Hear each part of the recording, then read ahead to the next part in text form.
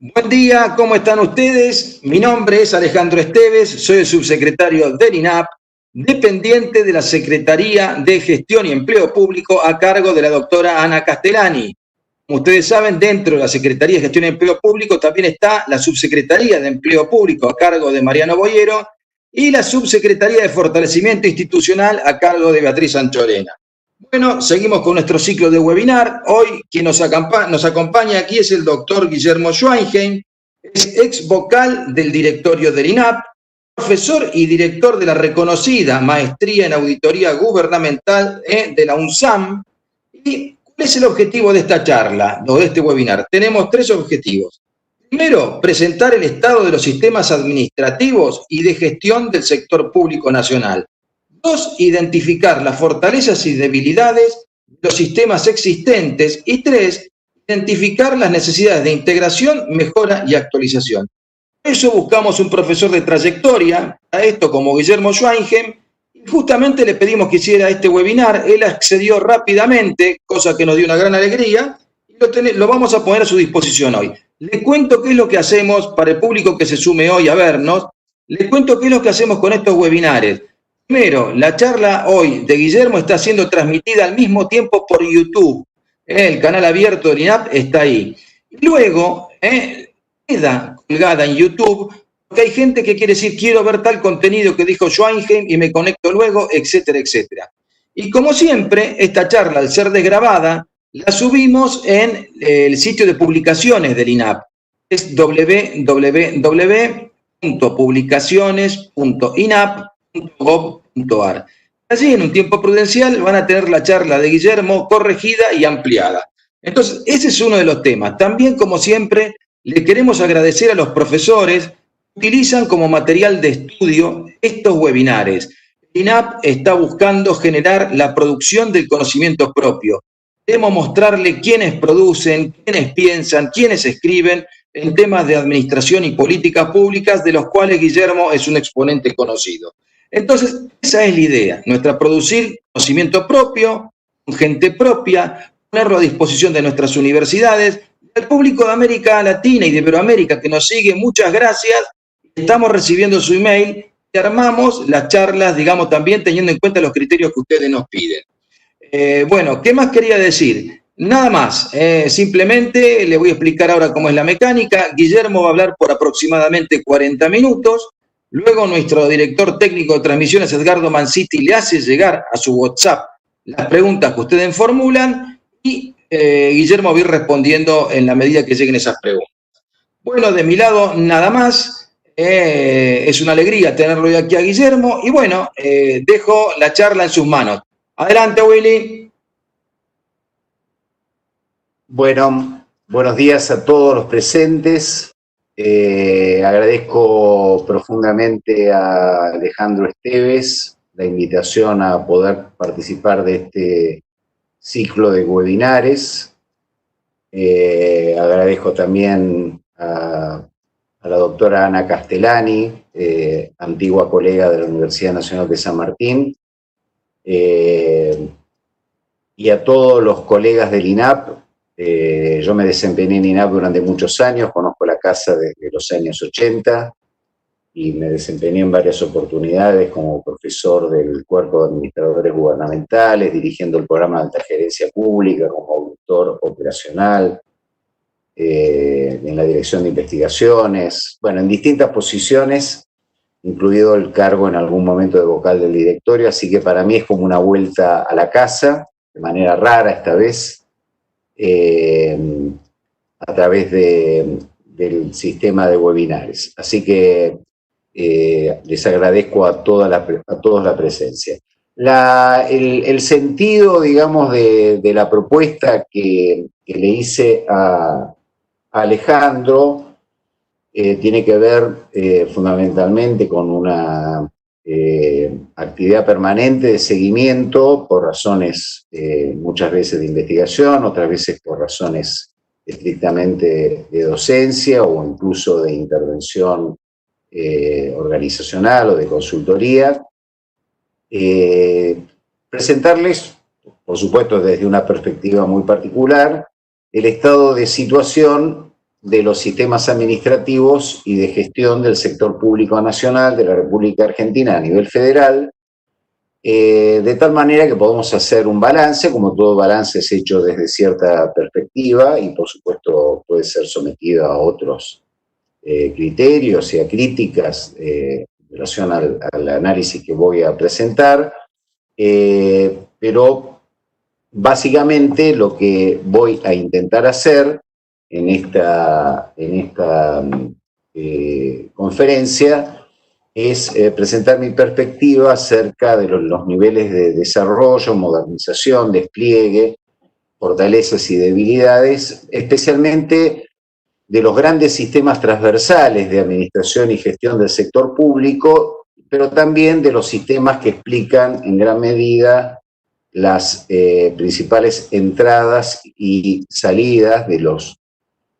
flujos de ingresos públicos y también de gasto social, particularmente de la seguridad social, que existe en la Argentina. Esto nos va a mostrar como una especie de foto, pero que también tiene la intención de película, en el sentido de mostrar de que, bueno, nada empieza de cero, sino que es una acumulación de capacidades institucionales que en muchos casos tiene casi unos 30 años, en otros casos menos, y que nos permiten entender, digamos, las capacidades del Estado Federal de la Argentina, y no quiero hacer hincapié en esto, pero también puede dar una perspectiva del punto de desarrollo de estos sistemas en el momento que nos encuentra una crisis tan importante como es la pandemia y las capacidades con las que se ha encontrado el Estado argentino a nivel federal para poder gestionar este contexto de crisis. Lo segundo que quiero aclarar es que voy a utilizar la palabra sistema en un sentido conceptual, es decir, lo voy a entender como conjuntos de procesos que permiten justamente la asignación de recursos o los procesos de toma de decisiones, que normalmente vienen acompañados en gran medida, digamos, por marcos regulatorios constitucionales, legales y reglamentarios. También estoy utilizando la palabra sistema como un concepto analítico, en el sentido de que no necesariamente estos sistemas están completos o desplegados. Ya lo vamos a ver particularmente en relación a lo que voy a dar en llamar el Sistema Nacional de Planificación y Programación, y que en tal sentido no deben ser entendidos como sistemas informáticos, aunque también en gran medida lo son. Pero los voy a plantear básicamente como grandes dispositivos de toma de decisiones y de asignación de recursos que permiten justamente la gestión del ciclo de las políticas públicas desde distintas perspectivas y que permiten al mismo tiempo la captación, programación, asignación de recursos y su posterior evaluación de producción y resultados en la cadena de valor público. Dicho esto y hechas estas aclaraciones, yo me voy a centrar básicamente en este conjunto de sistemas, entre comillas, el sistema de planificación y programación operativa anual del sector público nacional, el sistema de ingresos públicos, el sistema de seguridad social. Me voy a detener particularmente en el sistema de administración financiera y sus 4 subsistemas básicos: presupuesto, tesorería, crédito público y contabilidad, el sistema de inversión pública, el sistema de administración de bienes del Estado, el sistema de compras y contrataciones de bienes y servicios, el sistema de gestión de obras públicas, el sistema de personal, entre comillas, el sistema de programas de participación público-privada, algunos subsistemas importantes como son el de información financiera para empresas públicas, fondos fiduciarios, entes excluidos del presupuesto de la administración y universidades nacionales, y la gestión documental electrónica. Voy a comenzar por el sistema de planificación y programación operativa anual. En realidad, lo que debemos decir es que la Argentina carece de un sistema de planificación y programación operativa anual diferenciado, tal cual como podemos encontrar en algunos países latinoamericanos, como puede ser el caso de Bolivia, como puede ser el caso mexicano, el caso colombiano, el caso dominicano. En verdad, la Argentina dejó progresivamente de tener un sistema de planificación hacia principios de la democracia, probablemente porque estaba muy asociado a los regímenes burocráticos autoritarios, también por la propia crisis del modelo desarrollista, que fue el que desplegó los grandes sistemas nacionales de planificación. En general cayeron en desuso en toda América Latina, pero hubo como un revival de los sistemas nacionales de planificación hacia fines de los años 90 y durante la década del 2000, y la Argentina claramente no lo ha tenido. El presidente de la Nación ha anunciado, o anunció en su momento en el discurso del 1 de marzo, la intención de crear una agencia nacional para la evaluación de las políticas públicas, que podría eventualmente haber servido de esto. Se ha hablado mucho de la creación de un Consejo Económico Social desde hace aproximadamente 15 años, pero lo cierto es que la Argentina no tiene un plan nacional de desarrollo de mediano y largo plazo que implique también la fijación de metas no solo para el sector público, sino también para el sector privado. Eventualmente la programación presupuestaria anual o plurianual, en la medida que tenemos presupuesto por programas y eventualmente en algunos casos por resultados, intenta aparecer como una suerte de sustituto, pero que la verdad, al no ser un sistema diferenciado, apenas alcanza como para establecer algunos de los objetivos de los programas presupuestarios. En algún momento, dada la experiencia que había desarrollado se había desarrollado en la provincia del Chaco con el sistema SIGOP,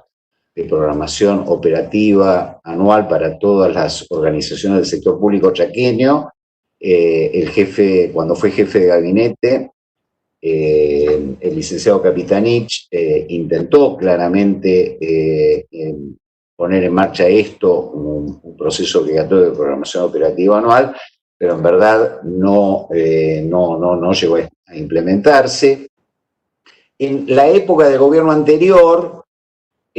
hubo una suerte de sustituto que se da en varios países de América Latina, como el caso de Brasil o el caso colombiano, o incluso también se puede ver en el caso dominicano, que en vez de tener grandes sistemas nacionales de planificación, se establecen unas 100 metas u objetivos de gobierno que intentan vincularse a los programas presupuestarios, pero esto tuvo escaso desarrollo. Por lo tanto, efectivamente esto es una debilidad notoria en el caso de los sistemas transversales de gestión de las políticas públicas a nivel del gobierno federal de la Argentina, que bueno, no sabemos cómo evolucionará en el futuro. Digamos, debiéramos tener claramente como país una agenda futura de ver qué modelo podemos construir de un sistema nacional de planificación que no solo oriente, digamos, el Sistema Nacional de Inversión Pública, o que oriente, digamos, las metas de políticas públicas para sus distintos programas de gobierno a mediano y largo plazo. Eventualmente quizás podemos continuar con la experiencia de compromiso de gobierno de corto, mediano y largo, y no necesariamente las estrategias nacionales de desarrollo como pueden verse en el caso dominicano o el sistema de planificación colombiano o brasileño, y tenerlo simplemente por mecanismos de compromiso de gobierno. Eventualmente esto quizá puede ser una de las funciones importantes en cuanto a la dimensión participativa de un Consejo Económico y Social del cual tanto se habla, pero lo cierto, y naturalmente esto debiera ser una función o un sistema que debiera estar gestionado desde la jefatura de gabinete de ministros de la Nación por la propia disposiciones que establece la Constitución Nacional, pero lo cierto es que aquí tenemos una carencia, digamos. No estamos hablando del corto plazo, estamos hablando del mediano y el largo, y naturalmente en un país que necesita retomar urgentemente la senda de crecimiento económico, industrialización, distribución, mejor distribución de la riqueza y grandes apuestas en materia de crecimiento significativo del Producto Bruto, del valor agregado de nuestras exportaciones y de mejoramiento de los indicadores económicos sociales, aparece, digamos, como una cuestión significativa que debiera ser en algún momento abordada. Donde claramente la Argentina está bien en una situación de fortaleza es en su sistema de ingresos públicos, que está encabezada claramente por la Administración Federal de Ingresos Públicos, donde sus capacidades para la registración de contribuyentes de todo tipo, en términos personales o en términos empresariales o organizacionales, ha tenido un enorme desarrollo que viene desde la década del 90, pero que tuvo un enorme despliegue en la primera mitad de la década del 2000 y que continuó, ¿no es cierto? Fíjense estos datos que estoy mostrando, son datos antiguos, pero muy ilustrativos. Observen que ya para el año 2007 claramente se emitían alrededor de 3.000 BEP por mes, volantes electrónicos de pago. Se ingresaba por este sistema alrededor del 80% de la recaudación tributaria, 6 millones de usuarios autenticados, 250.000 trabajadores que podían comprobar en tiempo real si sus empleadores hacían los aportes al sistema de seguridad social, más de 200.000 operadores aduaneros verificando el estado de sus trámites. Es decir, realmente, y estos son datos del 2007, que han aumentado significativamente y de manera natural a lo largo del año, de la década del 2010. Por lo tanto, estamos ante una fortaleza enorme de las capacidades institucionales de la Administración Federal de Ingresos Públicos, a pesar de la maraña impositiva y aduanera desde el punto de vista regulatorio que tenemos y de la complejidad de nuestro sistema impositivo, la organización ha tenido una enorme capacidad, ha desplegado enormes capacidades de inteligencia fiscal, tiene claramente, digamos, elementos de desarrollo que hoy podríamos denominar uso de inteligencia artificial, algoritmos para la identificación de grandes contribuyentes que no están declarando lo que efectivamente tienen que declarar. Es decir, estamos contando, digamos, con una enorme fortaleza que, independientemente de que el ciclo económico sea a la baja y por lo tanto la recaudación también, garantiza al mismo tiempo una enorme capacidad para que en el marco del ciclo económico el flujo de ingresos públicos efectivamente continúa, y esto ha sido de una enorme utilidad, naturalmente, en cualquiera de los contextos, tanto de crisis como de expansión del gasto público y digamos, de aumento de la producción pública a través de las políticas públicas, y uno de los factores explicativos es la enorme fortaleza del sistema de ingresos públicos. Fíjense que, por ejemplo, en este contexto se procesaron los pedidos, después hubo menos finalmente que fueron tomados, pero 194.000 empresas pudieron, en el contexto inicial de la pandemia, solicitar la asistencia para el trabajo, para el sostenimiento de los empleos, para casi 2 millones de trabajadores, 1.800.000 trabajadores, en junio del 2020, es decir, lo que demuestra una enorme capacidad de procesamiento de información. Se procesaron 360.000 solicitudes de créditos a tasa cero para monotributistas categorías A y B. Esta enorme capacidad de gestión del sistema de ingresos públicos se explica por una acumulación sistemática de capacidades institucionales de más de 25 años. Y esto obviamente es una de las fortalezas con el cual el país se ha encontrado claramente en esta situación. Lo mismo nos pasa con el sistema de seguridad social encabezado por la Administración Nacional de la Seguridad Social. Estos datos que estoy colocando allí son datos prepandemia, pero fíjense que ya hacia fines del año 2018 había 6.850.000 beneficios jubilatorios contributivos, es decir, que de gente que se jubiló con mayor o menor grado de aportes a lo largo de sus 30 o 35 o 40 años de trayectoria laboral, más de 1,5 millones de pensiones no contributivas. En noviembre del 2019, antes de la transición, se asignaban casi 4.200.000 asignaciones universales por hijo, 4.800.000 asignaciones familiares para aquellos que tienen empleo registrado, se administraban 120.000 seguros de desempleo, la asistencia, digamos, también para apoyar a empresas con dificultades para sostener empleo entre enero y julio del 2019, que ya estamos en crisis económica, eran de alrededor de 31.000, 11 millones de beneficiarios potenciales se calculaba del ingreso familiar de emergencia en julio del año 2020, es decir, en el contexto de la pandemia. Esto es un indicador de cómo ya el sistema de seguridad social, al tener una amplísima interacción con el sistema de ingresos públicos y una altísima interacción con el Registro Nacional de las Personas, esto es un punto no menor, digamos, los tres sistemas interactúan a partir del documento de identidad QUID-QUIL, permite efectivamente que rápidamente no solo los ingresos desde el punto de vista impositivo, sino también los egresos desde el punto de vista del sistema de seguridad social estén ampliamente chequeados, no solo para la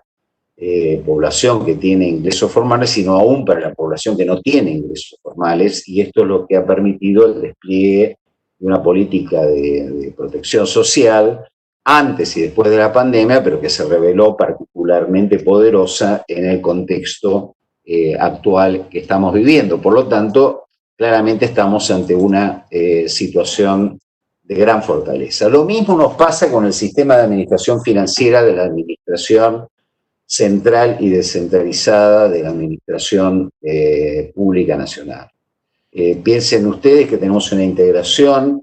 que ya prácticamente viene desde el año 1996 en sucesivos mejoras continuas hasta llegar a un entorno web en cuanto al sistema informático que permite las transacciones entre los sistemas de presupuesto, tesorería y contabilidad del sector público nacional, y está cuasi integrado con el sistema de administración de la deuda pública, a lo cual me referiré después. Piensen ustedes que para el año 2015, o sea, hace 5 años atrás, se estimaba que los usuarios en el ICDIF, es decir, personal público de los distintos servicios administrativos financieros de la Administración Central y Descentralizada, tanto de sus direcciones de contabilidad, de la Dirección de Administración o de la Secretaría de Coordinación Administrativa o de las tesorerías jurisdiccionales o de las áreas de presupuesto de cada uno de los servicios administrativos financieros, generaban 2.640.000 transacciones anuales y unas 10.000 operaciones diarias en promedio. Es decir, estamos ante un sistema enormemente poderoso que permite además una integración parcial. Como vamos a ver, esto constituye una debilidad porque simplemente capta, digamos, las compras y contrataciones a partir de la emisión de las órdenes de compra y posteriormente de las órdenes de pago, pero bueno, está integrado con el sistema de compras y contrataciones y también con el sistema de personal en el sentido de que capta las nóminas mensuales para el pago de haberes, tanto de personal de planta permanente como de plantas transitorias o de contratados por algún otro sistema más precario. Finalmente, toda la ejecución del presupuesto, a medida que se va registrando, va generando la contabilidad y al final del año genera automáticamente, en términos muy rápidos, la cuenta general del ejercicio, y porque integra también el sistema de información financiera de empresas públicas, fondos fiduciarios, otros entes, por ejemplo, la AFIP, que están excluidos del presupuesto de las universidades. Esto es una cierta debilidad porque se integra finalmente en el mes de marzo, pero al final del camino termina generándose efectivamente la cuenta general del ejercicio en apenas 6 meses, una vez concluido la ejecución del presupuesto anual. Y hay una altísima interoperabilidad a partir, una vez más, repito, de los quid-quil, una altísima interoperabilidad, y del DNI, una altísima interoperabilidad con el sistema de ingresos públicos, el sistema de seguridad social, el sistema bancario a partir de las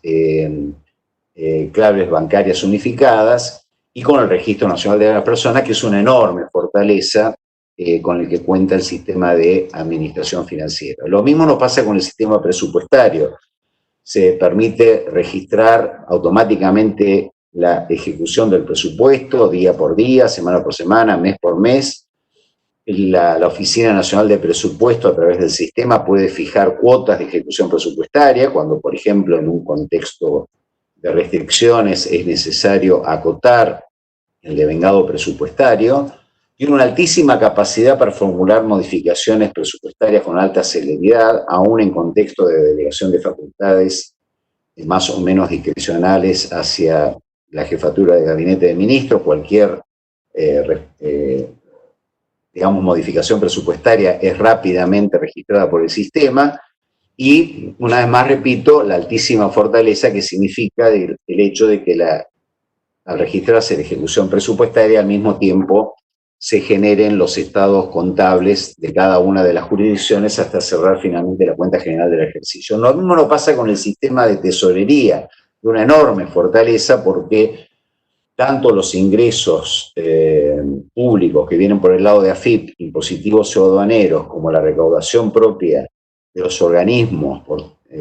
tasas o contribuciones o pago de servicios, van a parar a la cuenta única del Tesoro. Esto es altísimamente importante, porque esto evita la existencia de fondos ociosos en cuentas particulares. Esto es algo que la Argentina cuenta desde el año 95, adaptando, pero con una enorme originalidad, lo que había sucedido allá en Brasil. Y esa cuenta única del Tesoro es la que nos permite efectivamente atravesar situaciones de restricción financiera importantes, porque permite asignar prioridades, permite formular las proyecciones de la programación de caja. Tiene capacidad, en consecuencia, al poder tener registros automáticos de los ingresos a la cuenta única, fijar cuotas de ejecución, porque en la emisión de las órdenes de pago se van haciendo en función de los ingresos a la cuenta única.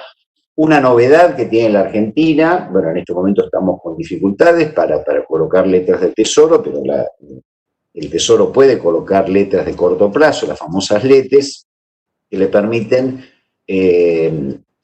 cubrir déficits estacionales de caja, y esto es una enorme fortaleza. Lo mismo nos pasa con el sistema de crédito público, hay que destacarlo en el actual contexto de renegociación de la deuda que tiene la Argentina. La Argentina fue de los primeros países en implantar el sistema de gestión y administración de la deuda pública, que permite registrar los términos financieros de todos los contratos de préstamo, de todos los bonos, en las distintas monedas, con distintos instrumentos, con distintos tipos de prestamistas, que pueden ser, digamos, inversores del mercado, puede ser el BID, el Banco Mundial, el Fondo Monetario, la CAF, Plata, los garantes, los beneficiarios, puede registra las transacciones corrientes, pero también tenemos los datos históricos, a todas las tasas de interés y tipos de cambio, permite el seguimiento de la deuda de corto, mediano y largo, avisa al sistema presupuestario la necesidad de ingresar al presupuesto las amortizaciones de intereses y capital de cada presupuesto anual, o el momento en que deben ser devengados y que tienen que ser emitidos los pagos. arroja salidas de información de todo tipo para todos los contratos. Bueno, esta información consolidada de la deuda, del cual el país carecía en el año 1993, consolidada la información a partir del año 96, es la que nos permitió las renegociaciones después del default del año 2001, los sucesivos, digamos, arreglos de la deuda que se vinieron haciendo, y es lo que nos permite contar con la información hoy día para el proceso de negociación que está en marcha. Por lo tanto, estamos ante una enorme fortaleza de nuestro sistema de gestión de la deuda. Hago un cortecito aquí. Efectivamente, hemos hecho avances muy notorios, una cierta fortaleza media en materia de gestión documental electrónica. Había habido experiencias a fines de los 90, pero bueno, claramente el proceso de la existencia del expediente electrónico se inicia con fuerza a partir de la gestión anterior. Ciertamente hubo muchas dificultades en la implantación, problemas de conectividad, problemas de hardware, dificultades con el software, pero lo cierto es que más allá de eso, se calculaban claramente 17 millones de expedientes electrónicos generados durante ese periodo y una implantación en más de 200 organismos. Ciertamente la pandemia ha obligado a ciertas restricciones por el decreto 338 del 20, pero claramente estamos ante una fortaleza media en este sentido. Donde estamos complicados es el sistema de inversión pública para la programación de grandes inversiones de infraestructura o de equipamientos. Nunca tuvo demasiado, uso en la década del 90 cuando se implantó, porque realmente había mucha restricción financiera. A lo largo de la década del 2000 y del 2010, los sucesivos gobiernos ni lo actualizaron, ni lo utilizaron.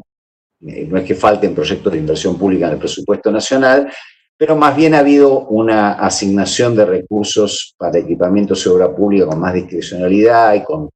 poca falta de prioridades. El sistema ha tenido escaso desarrollo luego de su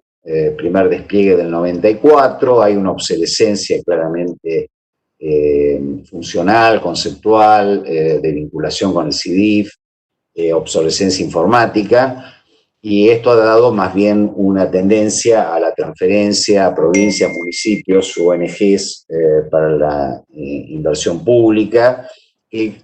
para mi gusto, como alguien que también practica cuestiones de auditoría, genera cuestiones de baja transparencia, pero quizá lo más importante es de la inexistencia de un sistema de asignación de prioridades. En el sistema de compras y contrataciones, todavía estamos en una situación de debilidad. El marco regulatorio adoptado en el 2011 es realmente adecuado y el sistema de compra electrónica es bastante razonable, pero la verdad es que hemos hecho escaso uso de los sistemas de convenio marcos para multiplicar proveedores mediante este tipo de contratos precelebrados. Es cierto que en países con inflación alta como los nuestros, los convenios marcos se vuelven dificultosos de implementar, pero lo cierto es que ha habido poca acción y naturalmente esto obliga a las organizaciones a tener que contratar por urgencia, con todos los problemas que esto tiene, que se habrán observado últimamente. Tenemos naturalmente problemas de sobreprecios o compras no integradas, donde unos organismos compran a un precio y otros a otro, ausencia de precios de referencia, se usa de manera indebida la compra directa, hay bajo nivel de concurrencia. Si uno compara la cantidad de proveedores que tiene el Estado Federal de la Argentina y lo compara con el chileno, es muchísimo más pequeño que el nuestro, que es un país unitario. La verdad que la concurrencia en nuestro país es baja y vuelvo a insistir, tiene una integración de la información al ICDIF exclusivamente a partir de las órdenes de compra. Aquí necesitamos claramente bastante más trabajo del que tenemos. Lo mismo nos está pasando con el sistema de gestión de obras públicas. No había un sistema diferenciado, hubo un desarrollo reciente durante el gobierno anterior, una especie de etapa de prueba,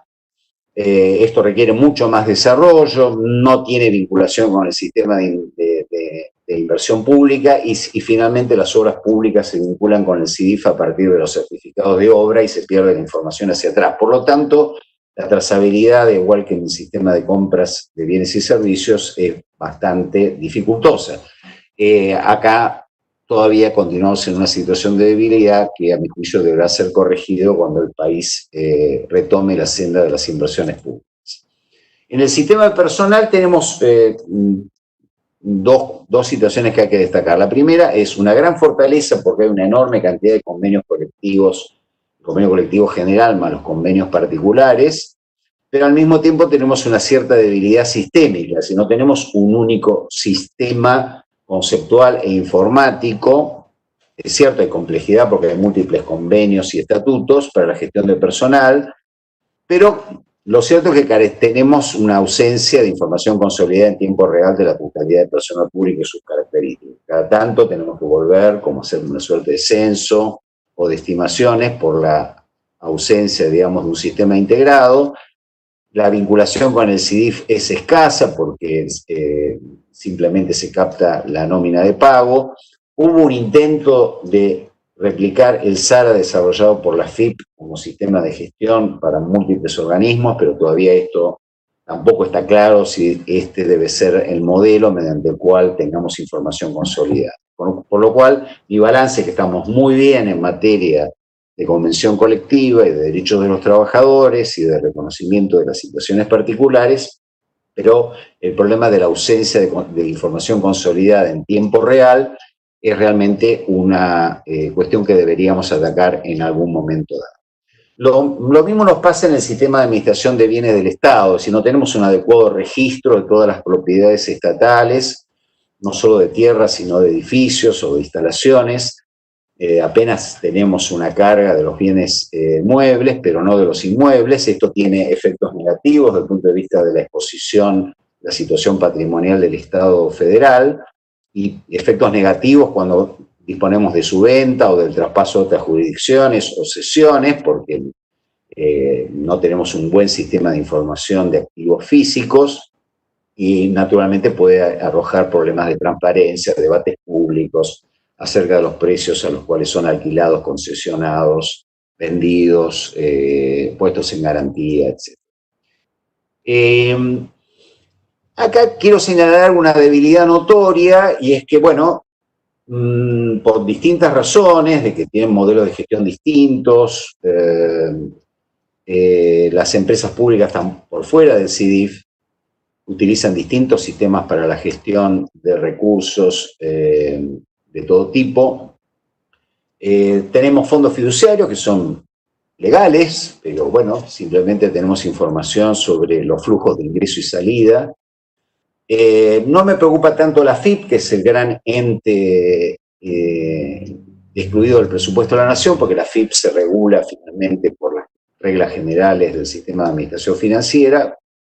Es raro de que finalmente un organismo tan grande recién consolide su cuenta con la Nación hacia marzo del año subsiguiente, pero no veo demasiados problemas. Y lo mismo nos pasa con las universidades nacionales, en la medida en que lo que sucede durante el año realmente solamente se sabe hacia adentro de las universidades. Finalmente las universidades se informan en marzo del año subsiguiente. Hay razones que tienen que ver con la forma de interpretar la autonomía universitaria. Lo cierto es que el presupuesto de cada universidad no figura en el presupuesto de la Nación, y simplemente en el presupuesto de la Nación sabemos cuánta plata el Tesoro le gira a cada una de las universidades a lo largo del año.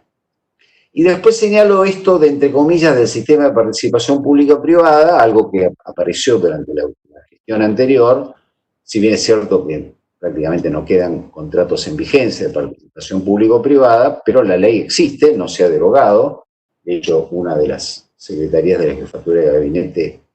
que todavía tiene que administrar estos rezagos, se sigue llamando de inversión pública y participación público-privada, donde está la doctora Todesca, y tiene un problema importantísimo, que es que no sabemos estimar cuánto es que un país puede, o el país tendrá que afrontar la feminización del contrato de participación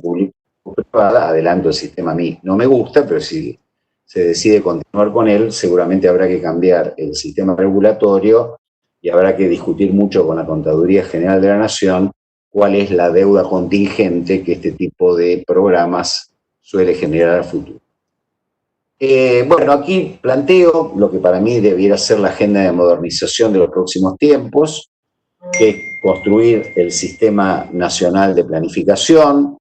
de una vez por todas, cualquiera sea el modelo que elijamos, seguir fortaleciendo el sistema de información de administración financiera y fortalecer la interoperabilidad del SIDIF que tiene actualmente con el sistema de ingresos públicos de seguridad social y subsistemas asociados.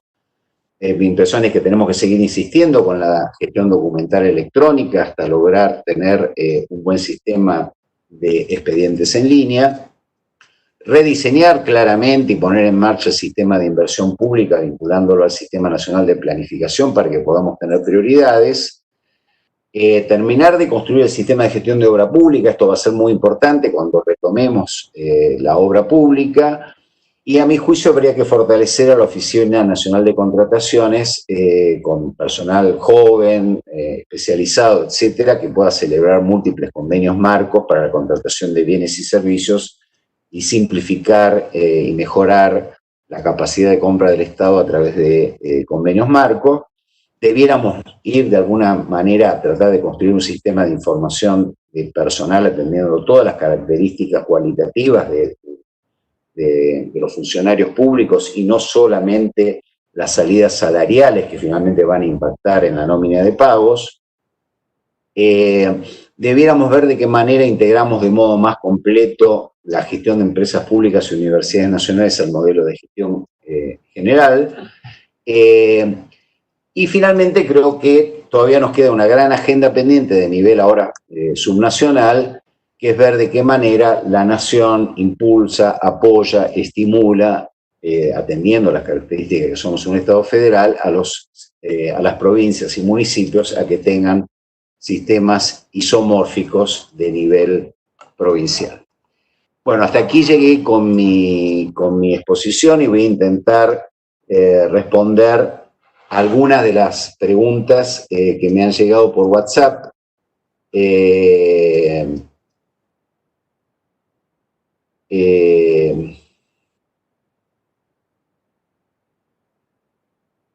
Diego José Santos me dice: las asignaciones y rendiciones de fondos trimestrales obligan muchas veces a un mal uso de los fondos, las partidas trimestre 2 que llegan al 10 de junio y que hay que ejecutar antes del 20 o 25 de junio. Hacia unos semestres. Bueno, sí, efectivamente, Diego, nos quedó desde el año 95 un modelo de cuotas de presupuesto de carácter trimestral. Y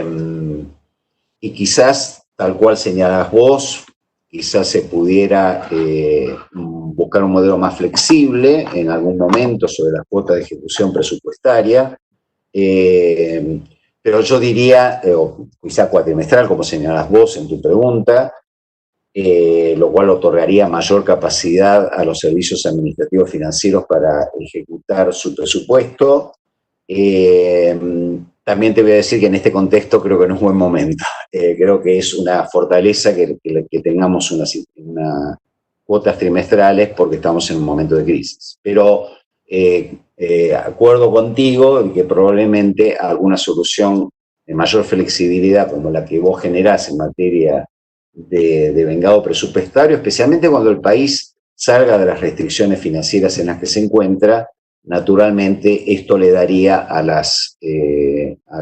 cada una de las jurisdicciones mayor capacidad para poder gestionar sus políticas. Osvaldo dice: ¿por qué no se fortalece la idea de desarrollar programas de largo plazo que vayan más allá de los gobiernos de turno? Bueno, muy bien. Efectivamente, digamos,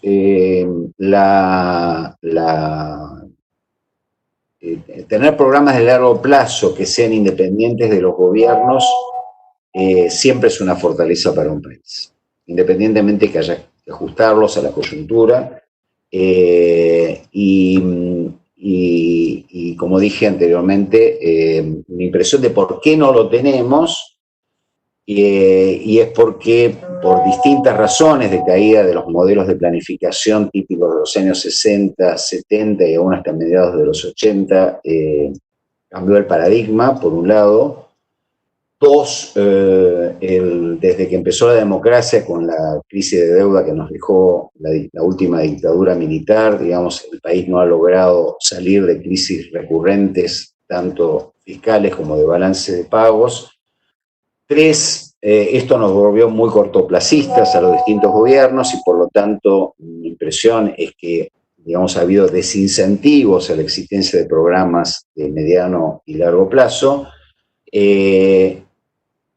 Y bueno, no puedo decir mucho más, simplemente una vez más ratificar mi esperanza de que instituciones como el Consejo Económico Social o el rol de la Jefatura de Gabinete pueda eventualmente llevar adelante digamos, una idea de políticas sostenibles en el tiempo, independientemente de las correcciones, novedades o nueva agenda que todo gobierno democrático naturalmente trae, porque para eso la ciudadanía lo ha elegido.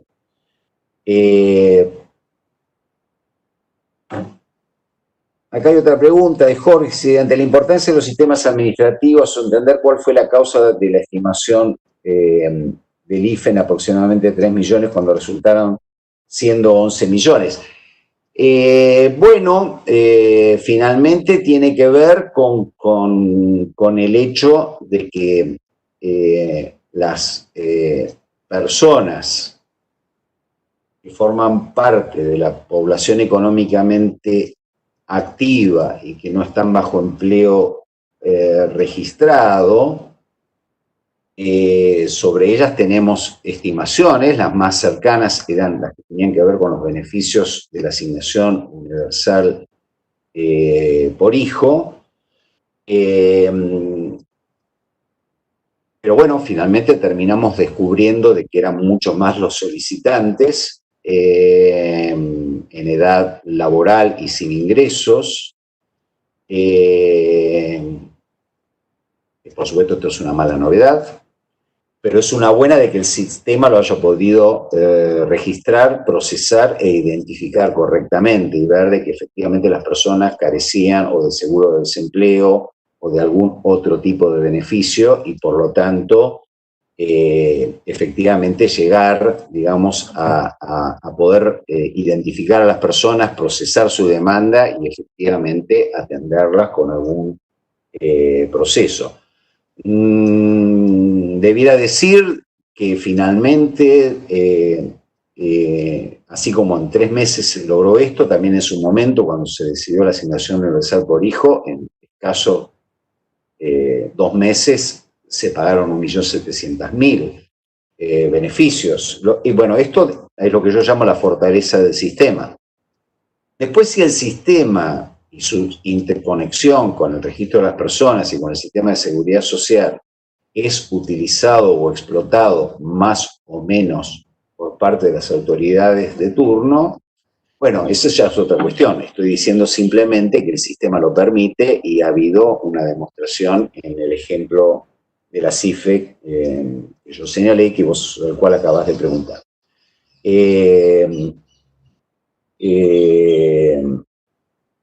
Hay una pregunta de Jorge sobre si los sistemas son independientes o dependen unos de otros.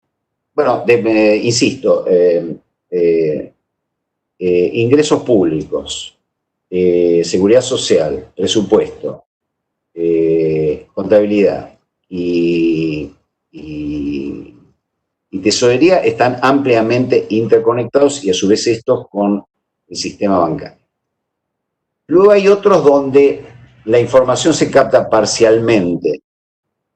obra pública, relación de bienes y servicios, personal. Hay otros donde los expedientes, entre comillas, viajan, es decir, donde la carga no es automática entre un sistema y otro, inversión pública y presupuesto, deuda pública y presupuesto, pero, digamos, esto requiere un esfuerzo de interoperabilidad O sea que hay muchos que efectivamente están vinculados en tiempo real y sobre la base de un criterio único de información, otros menos, pero lo que está claro es que el país puede hacerlo, digamos, y hay una decisión política de avanzar hacia eso. Gracias, Jorge Aguirre, por tu pregunta. Carlos Cagnoli me pregunta si no hay mucho camino para recorrer en relación con el ciudadano. Por ejemplo, hay pocas posibilidades de pagar una deuda con medios electrónicos. Sí, yo creo que hay mucho para hacer en relación con el ciudadano, ¿no? Recuerdo una vieja anécdota de un responsable de ANSES interactuando con el ARBA, donde el ARBA, como no tenía una base de información consolidada, le pedía al ANSES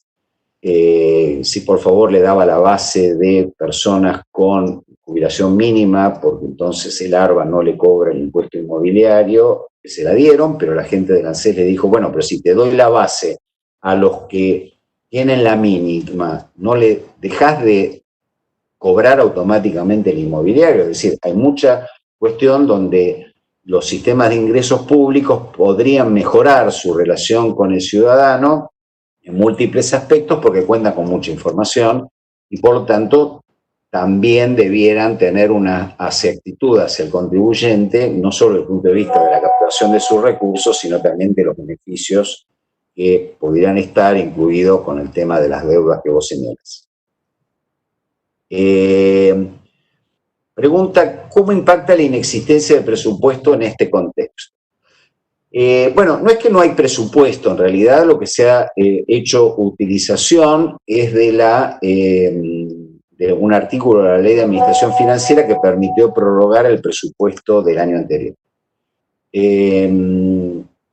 Para mi gusto, a mí no me gusta, la verdad yo creo que si en el año 2002 se pudo formular un presupuesto hacia el mes de abril, en un contexto enormemente complicado,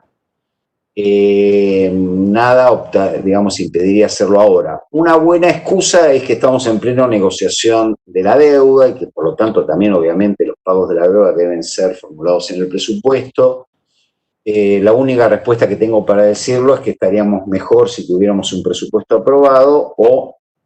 diría yo, si aún en los 6 meses que restan, una vez que se termine de renegociar la deuda, el gobierno nacional envía un presupuesto por el resto de lo que queda del ejercicio presupuestario y creo que estaríamos mejor desde el punto de vista de la gestión democrática. Desde el punto de vista de que nos estamos manejando con facultades delegadas y con las posibilidades de que el jefe de gabinete pueda asignar partidas para el sector salud, reasignando partidas de otras jurisdicciones, bueno, en principio no está mal, pero yo esperaría que una vez que termine la renegociación de la deuda, el gobierno nacional se anime a enviar un presupuesto por el conjunto de lo que pasó y de lo que resta del ejercicio 2020. Gracias por tu pregunta, Juan.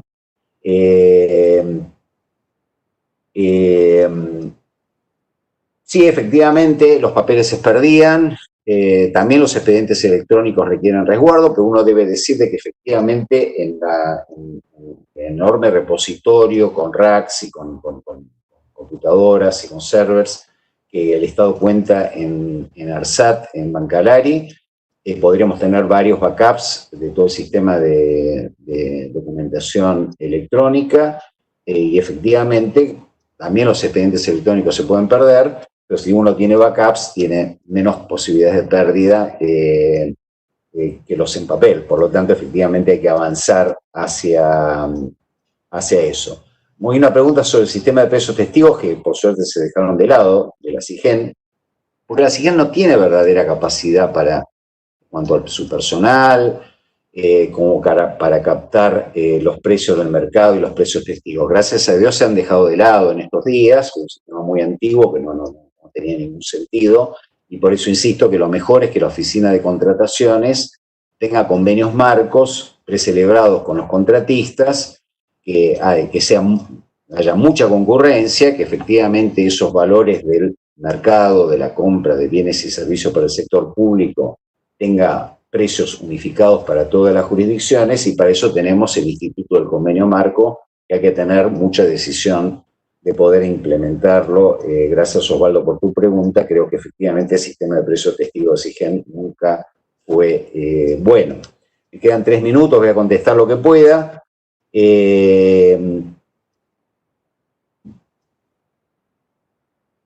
¿De qué manera las universidades nacionales, supongo, podemos fortalecer el sistema de modernización cualitativa y cuantitativa? Yo creo que las universidades tienen,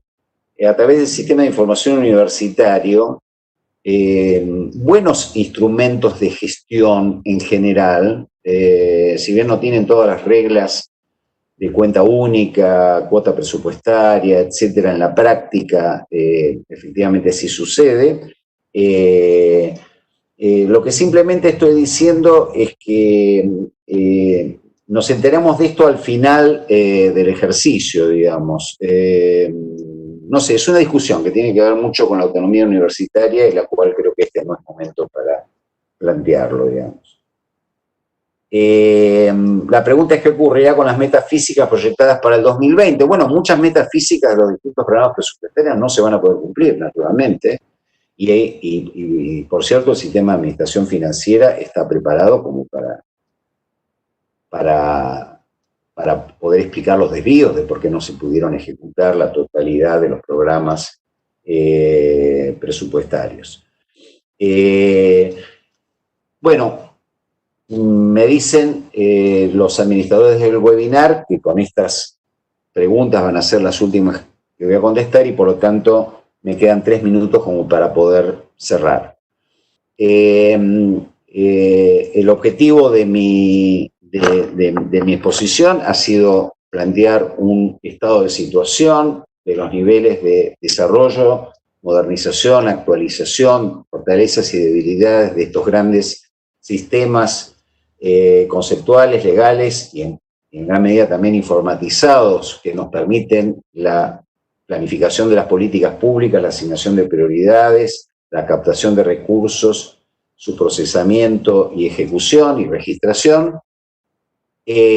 tratando de mostrar en qué punto está parado la Argentina hoy, previo a la pandemia, durante la pandemia y alguna agenda futura. Lo último que quiero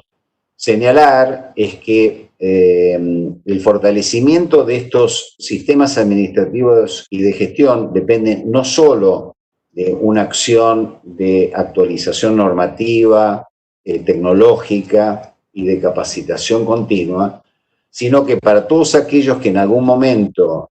suscribimos, un montón de colegas, hemos suscrito el consenso por una función pública profesional, mi impresión es que la consolidación de estos sistemas va a depender en gran medida de que contemos con funcionarios, no solo a nivel medio u operativo, sino también en la alta dirección pública, que hayan sido seleccionados por examen o por algún sistema de concurso con una carrera administrativa consolidada, que sea independiente de los gobiernos, que sea independiente de los partidos políticos de turno, de amiguismos, corporativismos, en todos los niveles de gobierno y en todos los poderes del Estado. Solamente una función pública profesional va a permitir que los avances que hemos hecho en materia de despliegue de los sistemas administrativos y de gestión efectivamente se sigan desplegando, que la Argentina pueda consolidar los avances que ha desarrollado de manera insólita, comparándolo con otros países de América Latina, que atienda también las debilidades insólitas si lo compara con otros países de América Latina, y creo que efectivamente contar con una función pública profesional en los sistemas administrativos transversales va a ser de una enorme utilidad para que podamos desplegar el enorme potencial que el Estado argentino tiene y atender los problemas de subdesarrollo, desigualdad y pobreza y necesidades de reinserción en el mundo a los que se enfrentará la Argentina. Y bueno, nada más, con esto termino y agradezco mucho al Instituto Nacional de la Administración Pública la oportunidad de haber podido compartir con todos ustedes y con todos los colegas de la Administración Nacional o subnacional o incluso de la academia, estas ideas de las cuales el único responsable soy yo y no naturalmente las autoridades del instituto que han tenido la gentileza de invitarme a esto. Les agradezco mucho, buenos días y espero que nos encontremos en alguna otra oportunidad. Muchas gracias.